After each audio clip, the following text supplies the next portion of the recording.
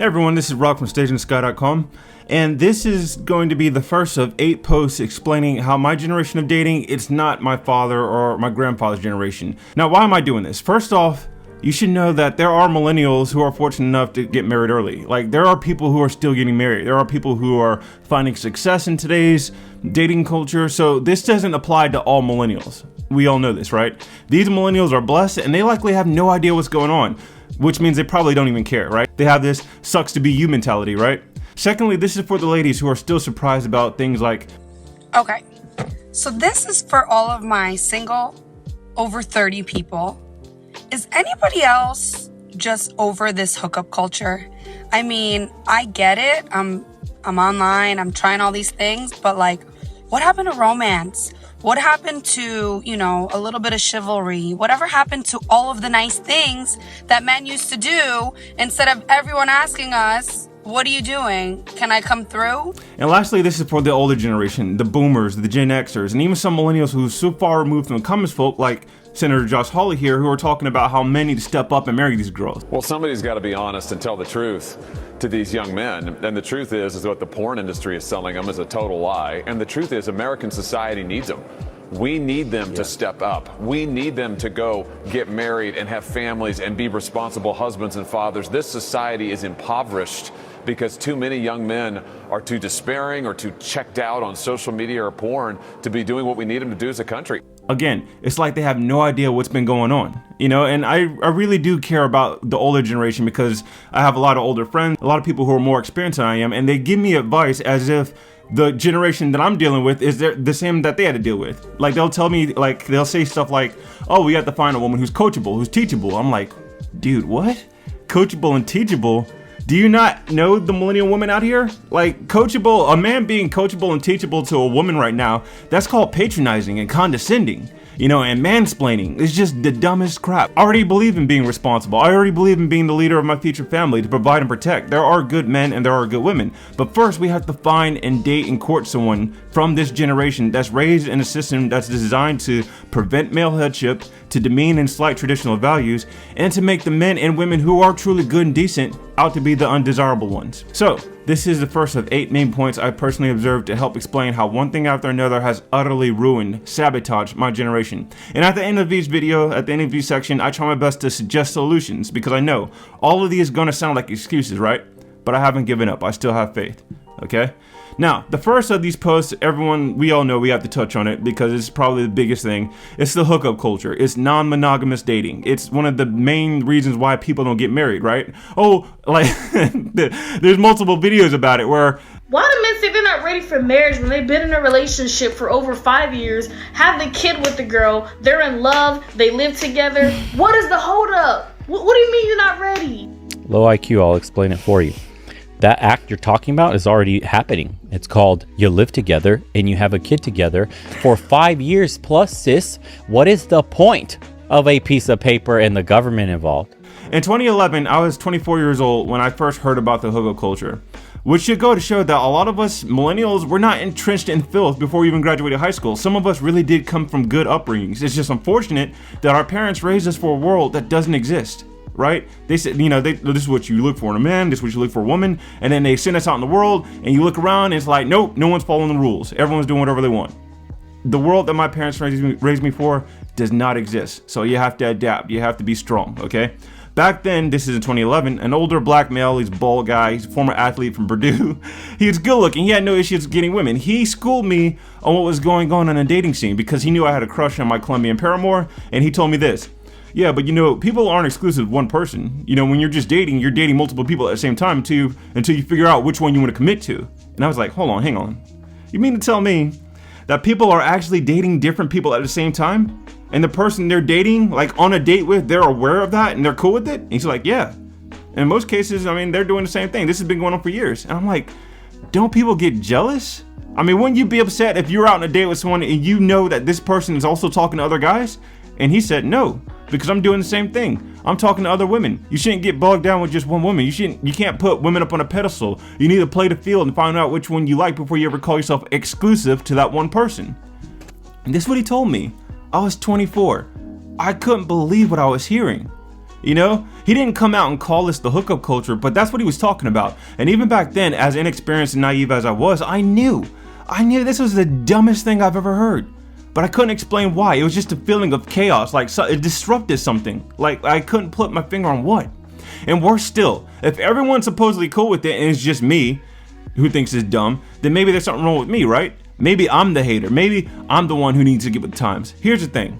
When I was growing up, my parents taught me that sex was for marriage. They taught me that dating was to prepare you for marriage. That's what it's for. That's why you date someone, right? It's not just about having fun with the person. It's also about seeing if you're compatible with this one person to see if you can trust them enough to spend the rest of your lives with them. Okay? For some reason, I took these lessons to heart. This was back before I was religious, back before I read the entire Bible. What my parents told me about dating and sex, it just made sense. All right, my parents, they were truly old school, because if you look at the hookup culture, it's not exactly new, right? Like going back to the late 1960s, there was the sexual revolution from Playboy to the free love generation, rolling in with the pornography films of the 70s and even the mainstream movies like Shaft or James Bond. Casual sex was on the rise. Thanks to the sexual revolution, while it may have been that men used to have the higher body count and they were known for sleeping around with wives, whatever, the tables have turned, all right? Now it's mainly women who have higher body counts, and I'd be willing to bet that there's more male versions than female versions over the age of 15. And I suspect this because TikTok. Ladies are literally telling on themselves. For those who don't know, body count refers to how many sexual partners you've had in your lifetime. We need to normalize the amount of people that women actually sleep with. Somebody please tell me why it is okay for men to sleep with as many women as they want, but yet women cannot sleep with as many men as they want. And my body count is 10. Oh, damn. Okay, so here's the real question. Do I lie or do I say the truth? You could divide by 3. Nah. Yes, you could say that casual sex has always been a thing, going back since the dawn of antiquity. Off the top of my head, I read about Casanova before I was Red Pill. I was reading about Casanova and Lord Byron when I was in college, okay? And then on the female side, like Andrew Tate gave an interview when he was on Just Pearly Things podcast, and he said, "There has not been in the history of humanity, across any culture, any book, any story, any fable, there has never been across the history of humanity any respect put on the name of a promiscuous female, ever." And I saw that, I was like, no, that's not entirely true. That's not entirely true, okay? Because off the top of my head, as he was saying that, I'm thinking Marilyn Monroe, Pamela Anderson, Mata Hari, Cleopatra, Catherine the Great. These are ladies who were very much promiscuous. They slept around and they gained great power based on their sexual prowess. The difference between my generation and the past is the acceptance, the condoning, the widespread encouragement of casual sex. Once upon a time, there was shame associated with men and women who hoard themselves around. People were hush-hush about it in respectable societies. People cared how others perceived them. With my generation, they still care how we're perceived. They just want you to change your perception of what's right and wrong. They love the gray area and they hate others who, it's not black and white. If you even talk about a standard of black or right and wrong, they hate you. There's something wrong with you. They live in the gray area. They want this ambiguity, where, it's all about your feelings, okay? And if you're a good man or a good woman or anyone saving yourself from marriage or living by a standard like religion, the hookup culture hurts you tremendously. It's a horrible temptation, prompting you to either stick to your morals or pray that you find someone who's willing to wait. Nah, Rock, just because you have sex before marriage, it doesn't mean you're a bad person. Quick question, do you want to be good? That's a serious question, because then you have to ask, what is good or bad? Who decides that? Because I'm willing to bet you care less about being a good person and more about not wanting to be judged. No one likes to be judged, sure, whatever. But when you're doing the right thing, I don't know about you guys, I kind of want to be judged. It's like the student who worked hard and did their homework. That student isn't worried about the teacher calling for assignments the next day because they did their homework. And for all of us who are living by a Christian standard, I can't wait to be judged by God. It's hard work to resist temptation in this world and do what's good in God's eyes because Satan is doing his damnedest to ruin and corrupt all of us. Okay, so here's how the hookup culture is disrupting society. Once upon a time, a woman, her family, and society, they required the man to get married to a woman if he wanted to have sex with her.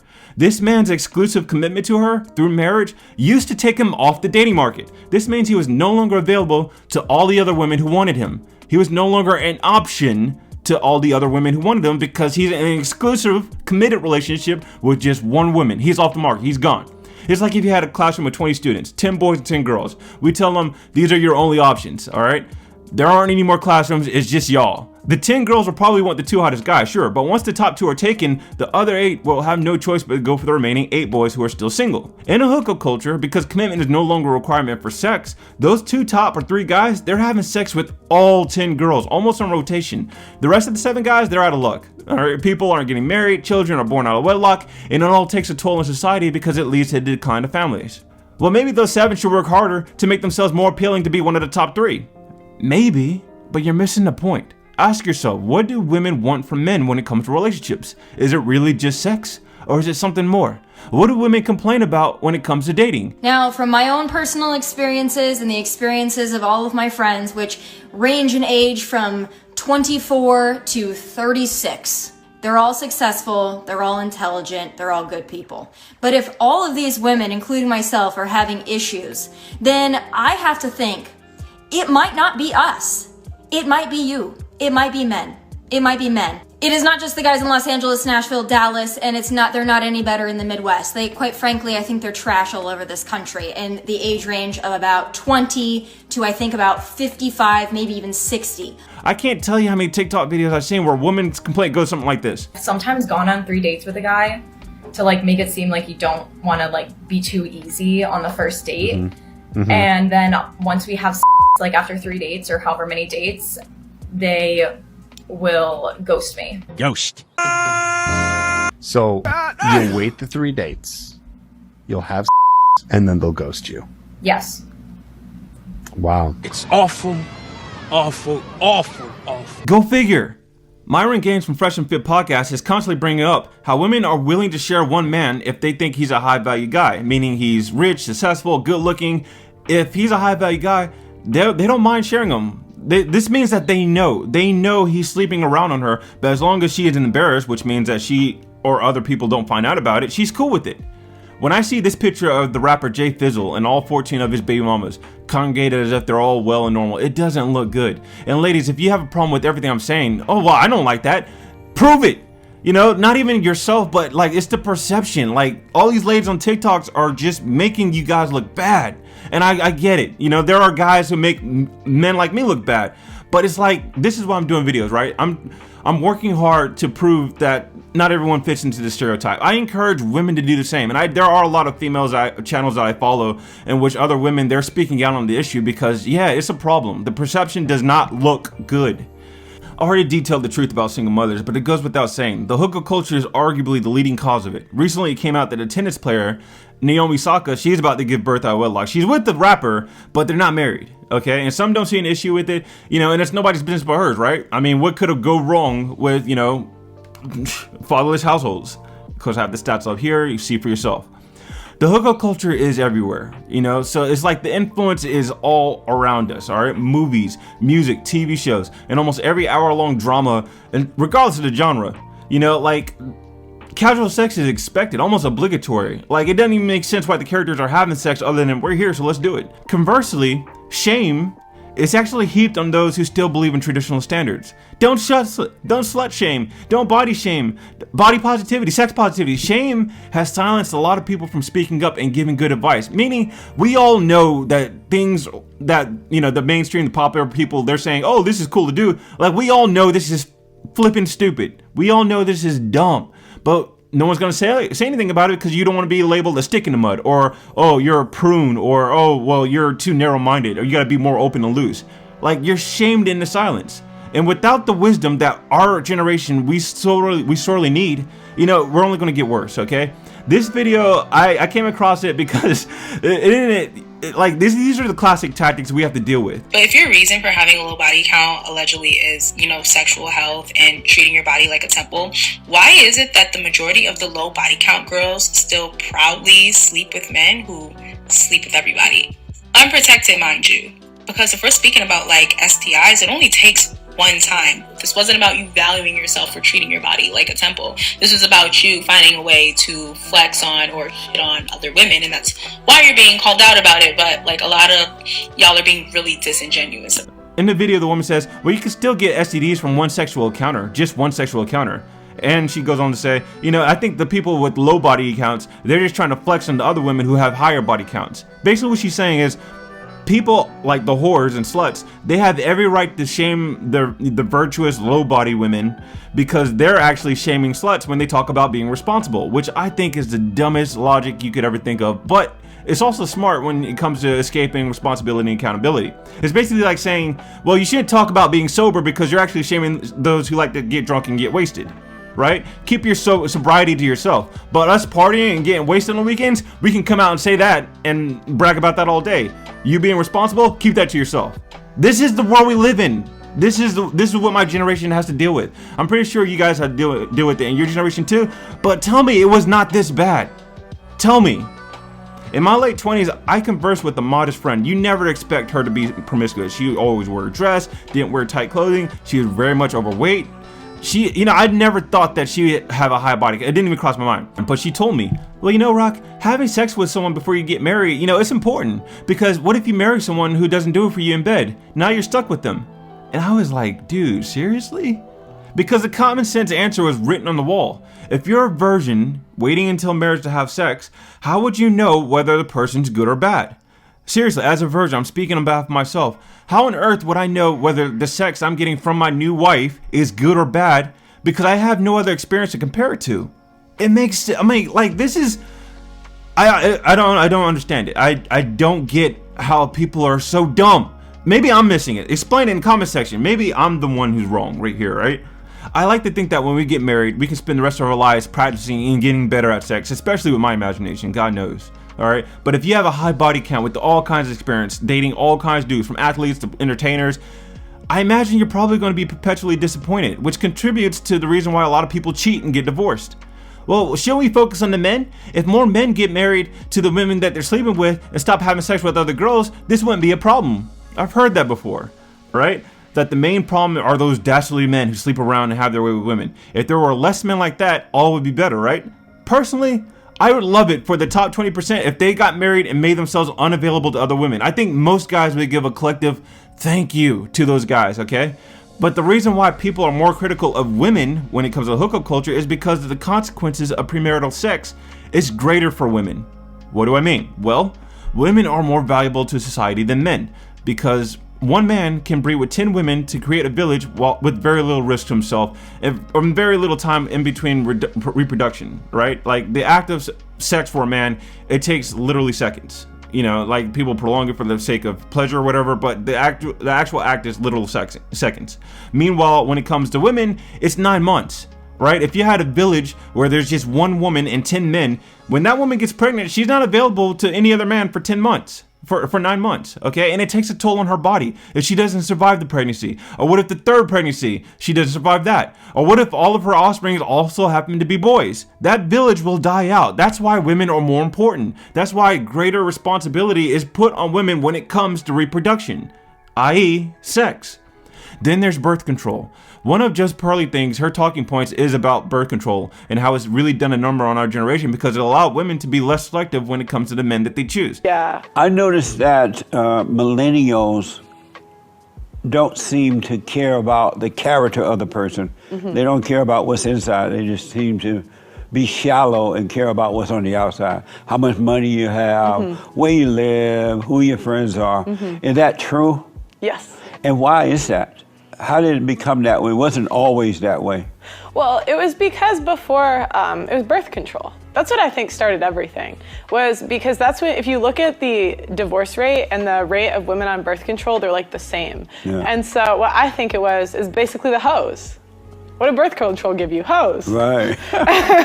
And so before, like, women had to prioritize a guy that had good character and would stick around, right? But then when you give them birth control, it gives them the opportunity to sleep with, like, for shallow things, right? A lot of ladies of my generation, they don't value the same thing our mothers and grandmothers value when it comes to choosing who they have sex with. I'm sorry, ladies. I know that there's a lot of men who are dogs out there, but if you really want a good man and monogamy, you have the power by choosing the ones who, 1, marry you first, 2, treat you with love and respect, 3, won't lie to you, and 4, are genuinely kind to you. All right, why am I pushing marriage? Why am I pushing marriage as opposed to just commitment? Because there's a lot of my generation, they're big and notorious for the live-in boyfriend. They're, stay together for 7+ years.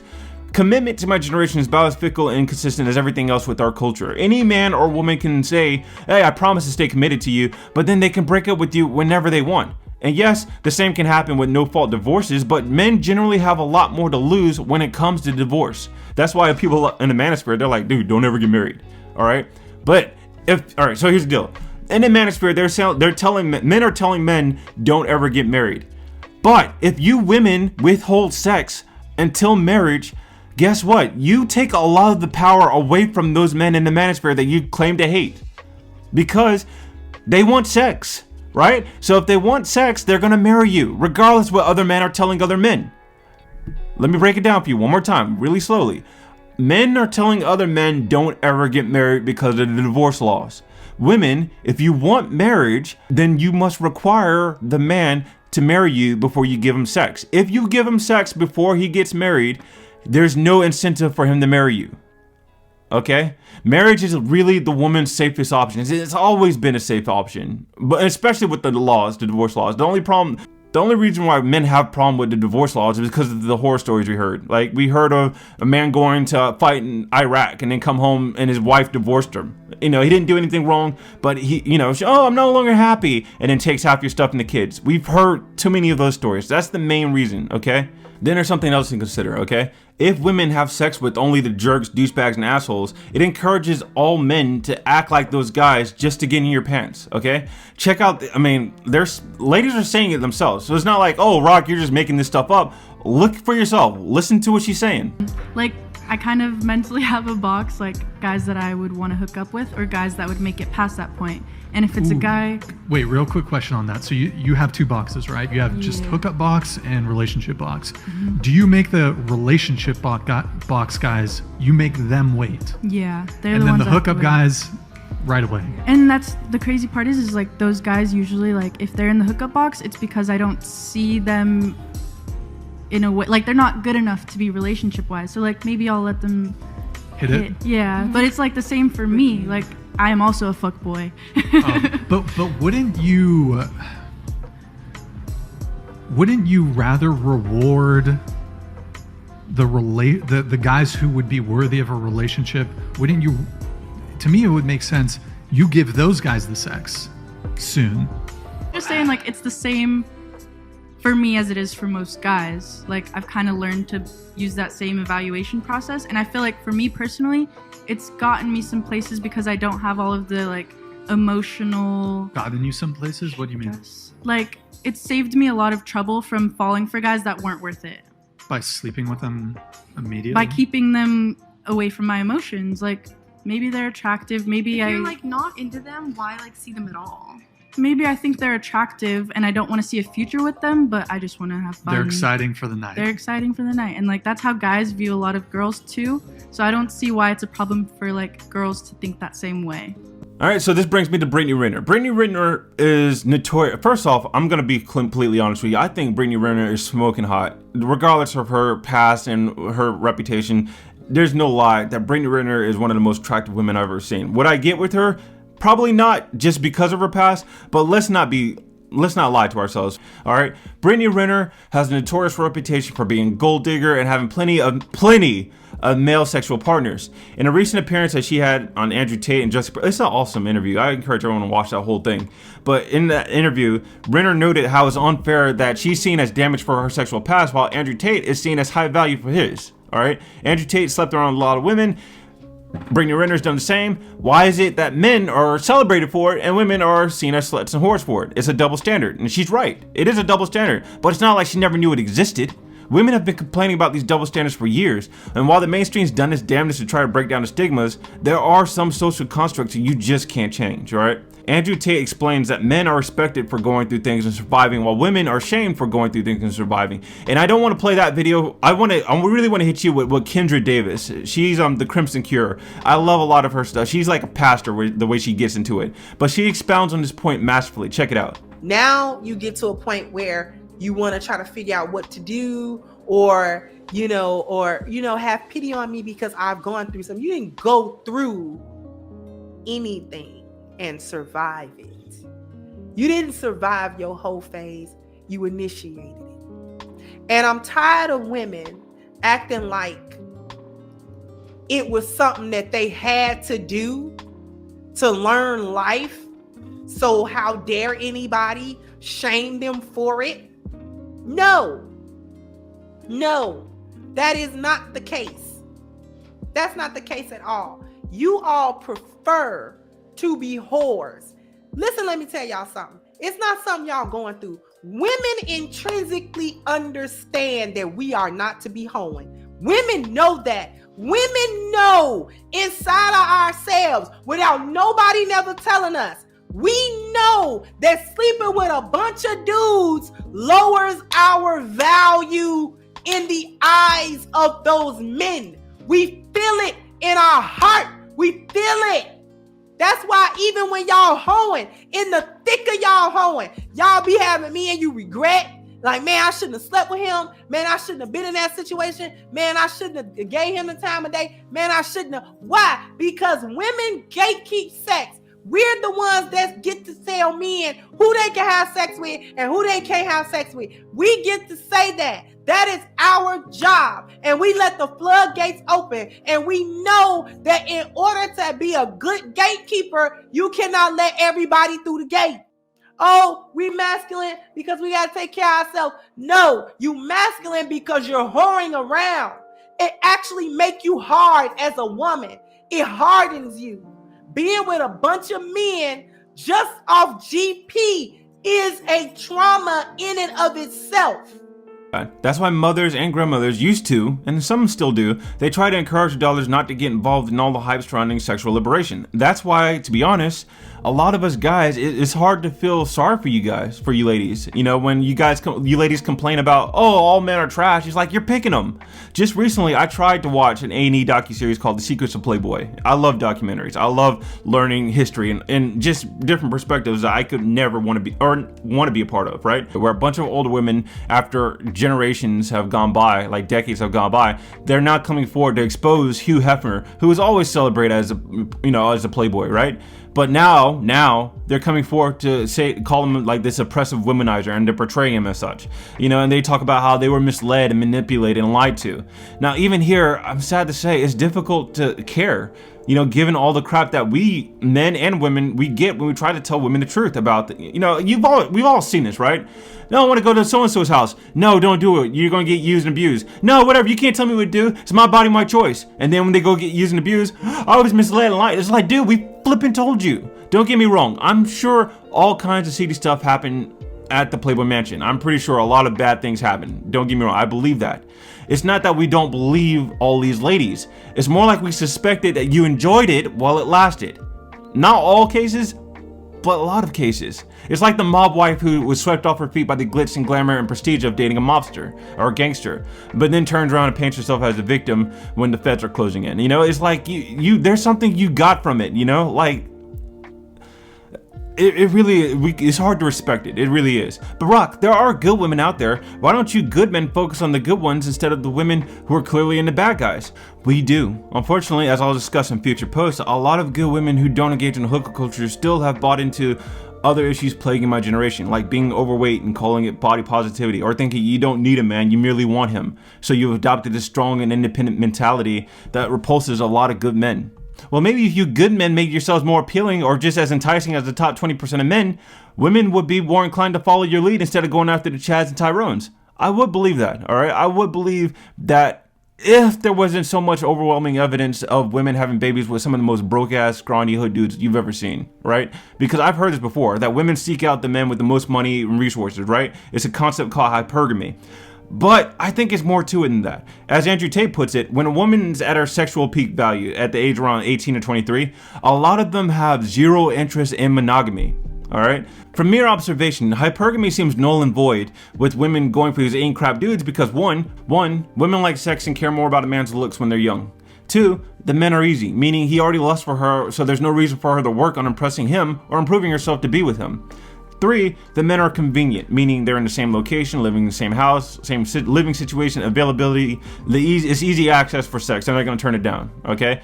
4, the man's lack of moral standards makes her feel better about her own amoral values. Remember the gray area we talked about? This is it, all right? The self-love, the no shame, giving into your feelings. Men like this are easy targets for women because, oh, well, he's bad, so I can feel better about myself and me being bad too. And 5, as I mentioned, birth control. Birth control and contraceptives reduces the concern of being selective about who you choose to let inside of you, which in turn increases the risk of unplanned pregnancy because you've already proven to be irresponsible by having premarital sex to begin with. Unplanned pregnancy is a major factor in the deterioration of families, and arguably it might lead to the collapse of civilization since more people will depend on the government to take on roles traditionally taken care of by the family.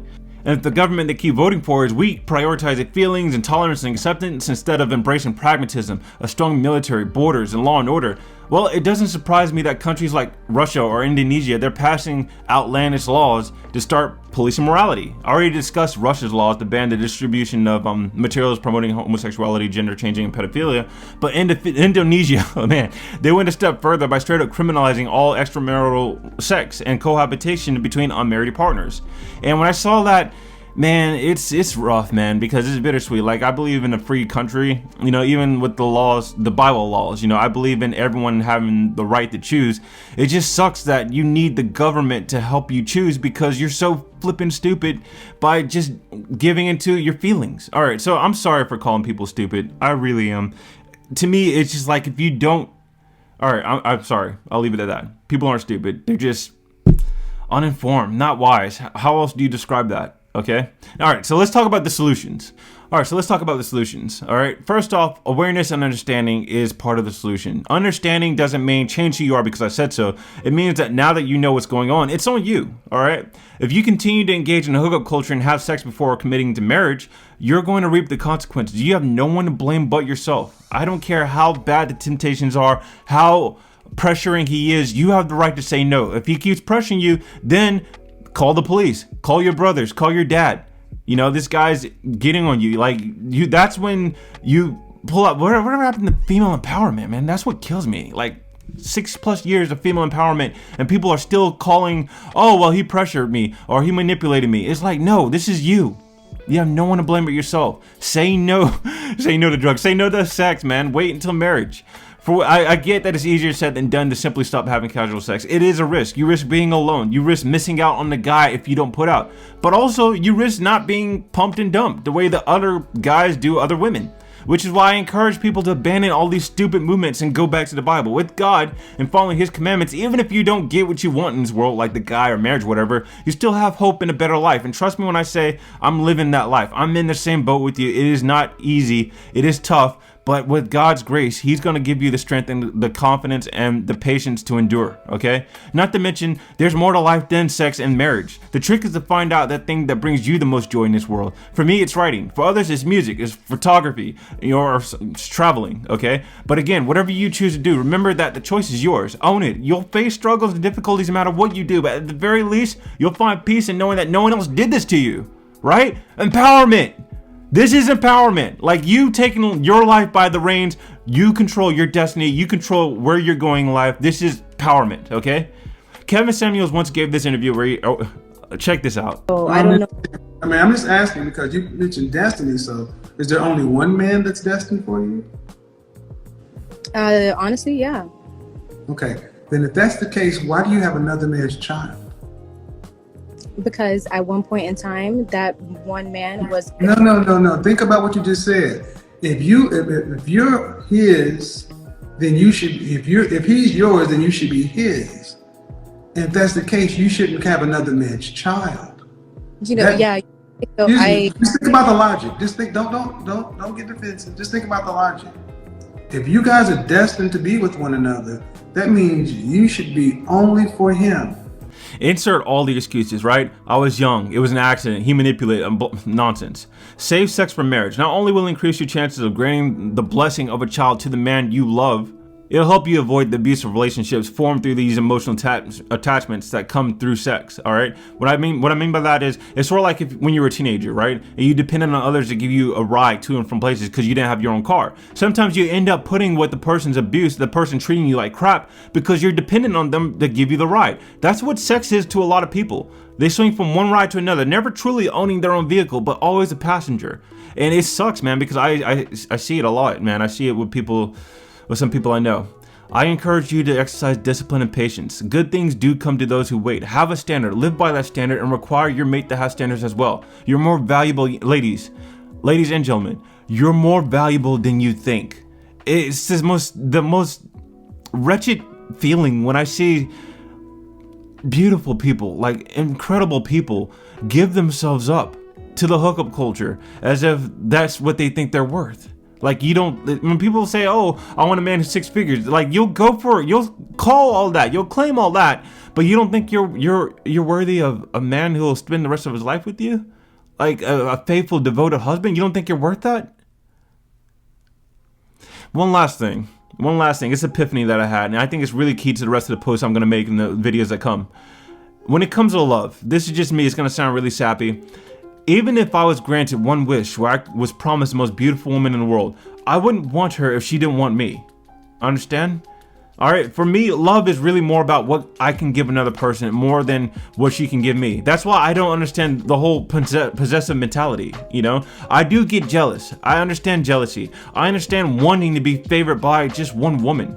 To have her see me as the number one guy in her life. I get it. But if I loved her, I wouldn't want her to be with me simply out of obligation or out of fear or because she feels like she has to be. A major talking point in the manosphere and the red pill communities is, marriage isn't for love. That's why I've heard Myron Gaines say, I've heard Donovan, I've heard Kevin Samuels, like he'll have phone calls with women and they say, oh, I just want someone to love. That's what women are saying. And then Kevin Samuels say, no, marriage isn't about love. I'm like, that's nonsense. I disagree wholeheartedly. Jesus Christ named the second greatest commandment is about love, loving your fellow neighbor. All right. Because I love a woman, because I love people, I want them to be happy, even if it means letting them go so they can be with someone who they love more than me. Now, here is where people say, oh, so you don't mind being in the friend zone? No. All right, because love is pain, trust me. If I love her and she doesn't want to be with me, she want to be with some other guy, I'll love you by pushing you away, but you don't get, sorry, ladies, you don't get me and this other guy because it is pain. That love, it doesn't go away. I mean, there's some guys who can do that, be in the friend zone. I'm not that guy. Like if you pick some other guy over me, I say, man, congrats, man. I'm happy that you found him. And then you turn around, look over your shoulder, I'm gone. I can't be there. I just can't. Maybe in about 10 or 5 years, I'll catch up on you, see how you're doing, but I can't be a part of your life. And I'm talking about girlfriends here, not wives, because a lot of people say, oh, let your wife go. Yeah, see, divorce. No. All marriages are worth fighting for. And when you commit yourself to another before the eyes of God through the covenant of marriage, it's more than just your happiness that's at stake. It's about following that first commandment that Jesus mentioned. It's in loving your God with all your heart, all your soul, and all your mind. In a Christian marriage, you stay faithful even during the slumps where you're no longer happy because you're choosing to put God first. That's at Matthew chapter 22, verse 37. And according to God, the only permissible reason for divorce is if someone committed adultery, not just because you're no longer happy. All right? But that sums up my post about the hookup culture and how my generation is different.